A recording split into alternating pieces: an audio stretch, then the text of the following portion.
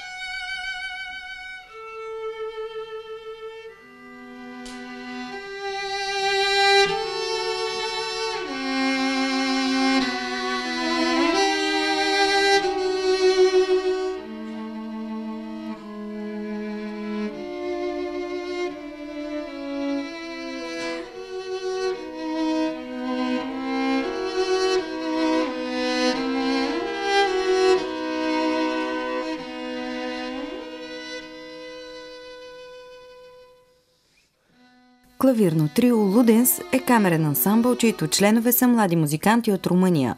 Рафаел Бутаро, цигулка, Ела Бокор виолончело и Юлиано Кеско пияно са все още в началото на кариерите си, но вече са високо оценени и възнаградени на редица международни конкурси. Изцяло дадени на музиката с десетки специализации и участия в майсторски класове, младите виртуози с упоритост, талант и много работа уверено крачат към музикалните висини.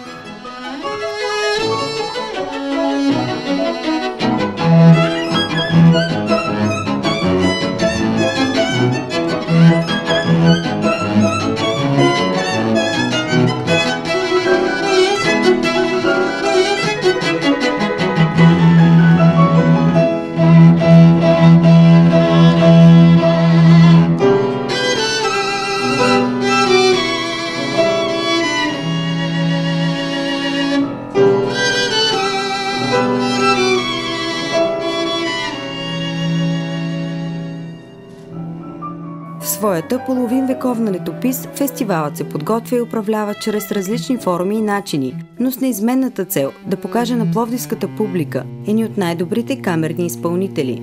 Камерната музика е малко по-специфична област в музикалното изкуство. Тя е за по-тесен кръг слушатели, въпреки че в днешно време, нали, всякакви състави съществуват с по-популярни произведения, нали, в репертуара си, но въпреки всичко Пловдив има една стабилна публика, почитатели, ценители на камерното изкуство. Това са 50 години, нали, в които действително много международно признати изпълнители са участвали в фестивала.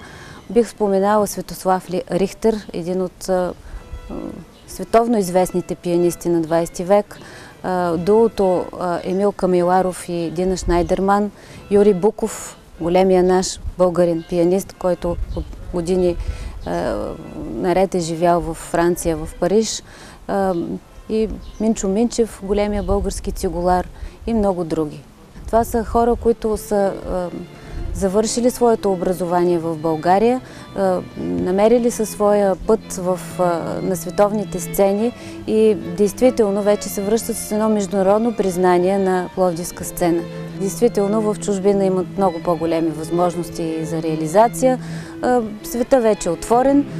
Дори да завършат някъде в чужбина, те отново се връщат, защото в родината публиката винаги е най-искрената, най-топлата. Какво си пожелавате за 53-то издание на фестивала „Живот и здраве"?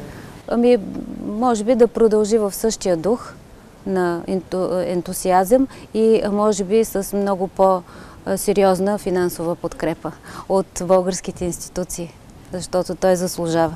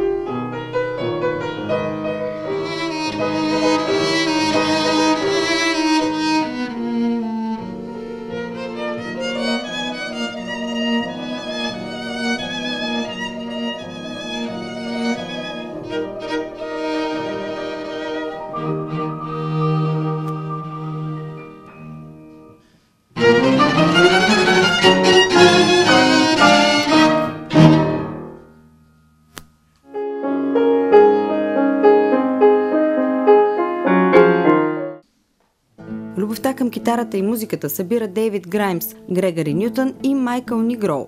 Американското трио Камино представи пъстра програма от класически солови пиеси, дуети и трия за китара.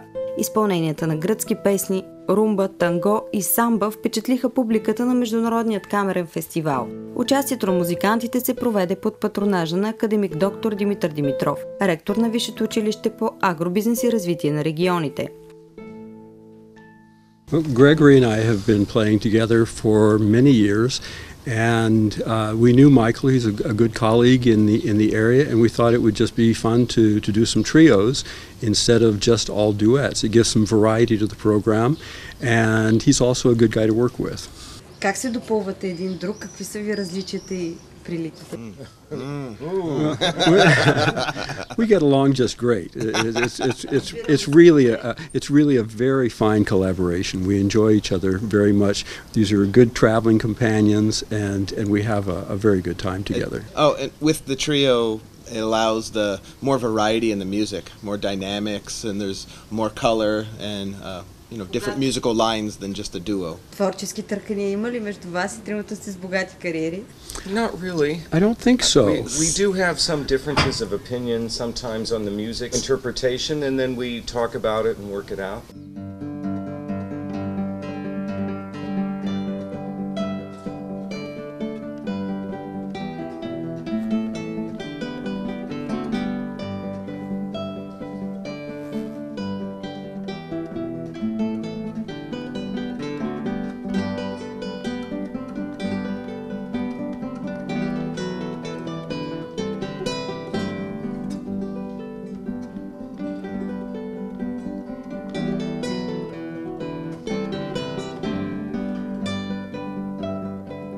Какво е отношението на всеки един от вас към китарата? Как сте решили да изберете точно този инструмент? My mother began playing guitar for me when I was 12 years old, or even younger, actually. Singing American, like, folk songs, maybe. And then I was inspired to learn guitar, and it's always been just a passion in my life since I was 12. And for me, I was interested to impress girls. It's a shame it didn't work. Actually, it did. I've been married 28 years now. He met his wife at a concert. I was a mathematician, and when I was at the university finishing my studies in mathematics, I heard a recording by Andres Segovia and decided that's what I wanted to do. Един ми отговори на въпроса, който следваше. Печели ли сте жена с китара? I did. My wife told me that she was interested, but when she heard me play guitar, she was decided. So. And very similar. Има ли значение происхода на китарата? Каква марка е? Каква е историята? И каква е историята на вашите китари, с които свирите?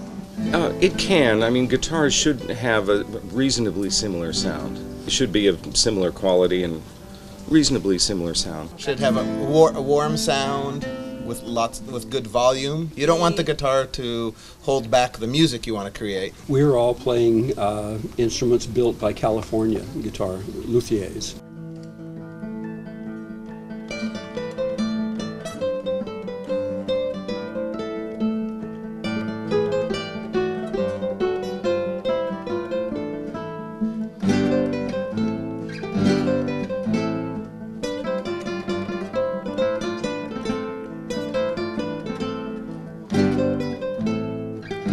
Дейвид Граймс и Грегори Нютън са в творческо сътрудничество от 90-те години на миналият век.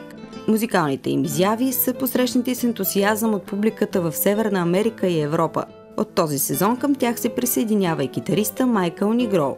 И тримата са високо уважавани педагози, провеждат майсторски класове, участват в редица звукозаписи. Gregory and I have played in Plovdiv and throughout Bulgaria for years and like it very much. It's always a special treat to be here in beautiful Plovdiv. We like it so much. Michael had never been to Bulgaria, so this is his first time and he's having a wonderful time here. I wanted to arrange some concerts in Bulgaria, and I contacted my friends here in Plovdiv, and they recommended that we talk to the people about the Chamber Music Festival. And then with that as a solid basis, we were able to organize further concerts over the next 2 weeks in Pleven, Kazanlak, Rusa, Shumen, Varna, and Golden Sands. Има ли мелодия, която така ви се забива в главата и не може да се отървете от нея? I do that all the time. Right now I am trying to arrange a Greek song for our trio. It's Peripanou by Manos Hatzidakis, and it has been in my head for the last month. I think for me it's usually some pop tune, and usually from the 1980s. And it's just something catchy and then it sticks, and it can take 2, 3, 4 days to go away. Слушате ли съвременна музика? Какво мислите за музиката, която се прави в момента? Pop music. I do much of the time, but what's happening now doesn't interest me too much. I mean, there's very few bands that interest me. I'm mostly 70s and 80s. I listen to some. I mean, I love music from the 60s, everywhere from the 40s till now. I have young children at home that are young teenagers, so you know, I like some rap actually, and pop music that has good quality to it. I think if you go through music history, you see a lot of similarities in music. That music is kind of the same, has a lot of the same qualities, timbre, rhythm, form.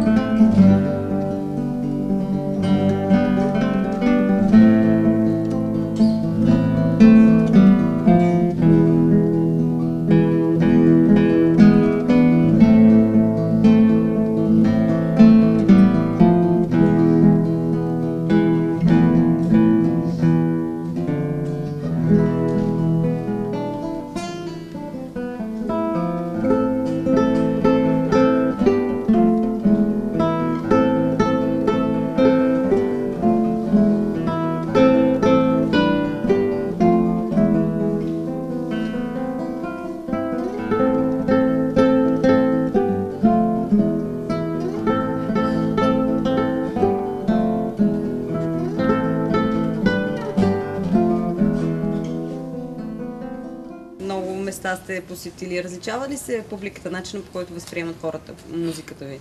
I have not seen strong differences. Music is music, and especially what we're playing, that is such a variety. There will be something there for everyone, we hope. In the Philippines, I did a concert, and in the middle of some pieces, if they like what they hear, they'll clap a little bit in the middle of, and I was told that it's very common just to express yourself, whereas some audiences in the United States, you have to wait until the very end of the piece. In old days, this is how they, in symphony concerts, sometimes. And they still do in operas.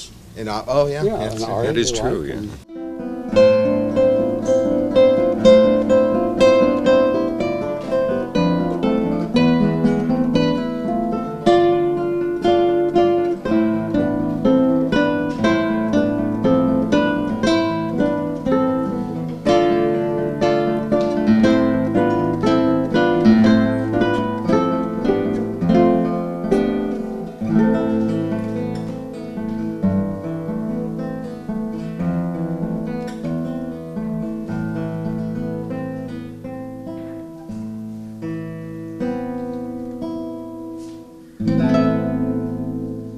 Четейки биографиите на всеки един от трио Камино, човек очаква срещу него да застанат трима сериозни, строги мъже. Не скривам приятната изненада да се срещна с едни весели, великодушни, добронамерени музиканти, отворени към живота, с чувство за хумор и огромен талант.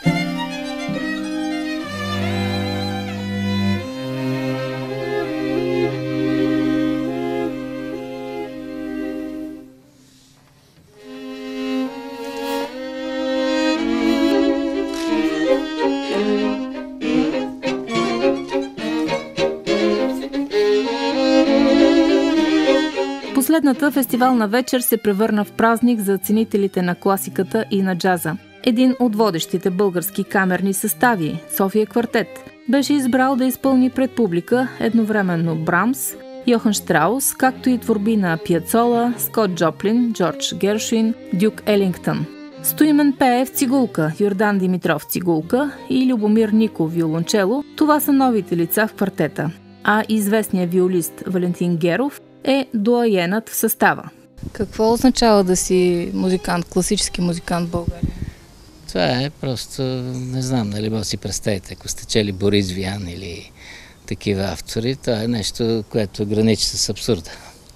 Защо? Защото във всяко едно отношение, в социално, в духовно и в материално най-вече, защото държавата се отказала от нас, абсолютно смело мога да го заявя, тъй като това вече от доста години не е приоритет на държавата. Става въпрос за класическата музика и в частност камерната музика. Ние сме така на ентусиазъм. София Квартет е участвал многократно в редица престижни музикални форуми у нас и зад граница. През 2007 година музикантите откриват камерния фестивал в прочутата зала Мегатрон Мюзикс в Солун, след което записват компакт диск с творби от Димитрис Темелис. Същата година изнасят с голям успех 2 концерта в Страсбург. в Съвета на Европа и в катедралата на Страсбург. През 2008 година квартетът свири в реновирания Йозеф Хайден институт в Виена. През 2009 гостуват с успех в Япония, а през 2011 в Черна гора. В 2012 година музикантите участват с концерт в есенни музикални празници в Скопие, откъдето се завръщат с почетното отличие диплом за високи постижения в представянето на българското изкуство. През 2013 година квартетът гостува в Москва в рамките на Дни на София в Москва. Списъкът на София квартет с участие и отличия може да продължи още дълго. Доста от колегите ви музиканти направиха житейски избор да заминат за чужбина и да правят там професионална кариера и пари. Има, Вас какво ви мотивира все пак да оставате? Аз съм имал възможности да остана в Германия доста пъти и на други места, тъй като съм специализирал и при Мелос квартет в Штутгарт 1991 и 1992 година. Имах възможност и да остана в доста прилични оркестри в Германия, но предпочитах да се занимавам с камерна музика, тъй като смятам, че това е моето призвание, моята същност и моята позиция като музикант. Иначе оставаш един среден занаятчия. Оставаш в чужбина, печелиш някакви пари, но трябва да се бориш с тяхната конюнктура, навици, желания и според мен, моят избор за мен е добър. Е ли по-страшно да се бориш тук с бита? По-страшно. Тоест зависи въпрос на житейска позиция.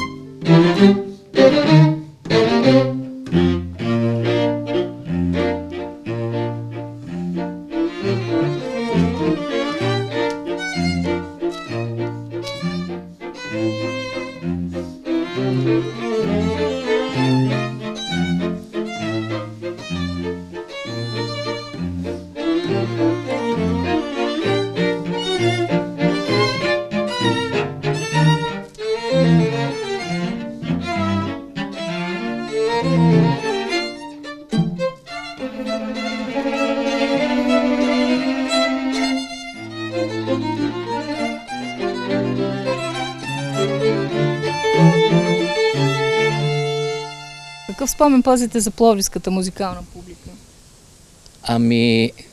Тя се така промени в годините. Промени се, да.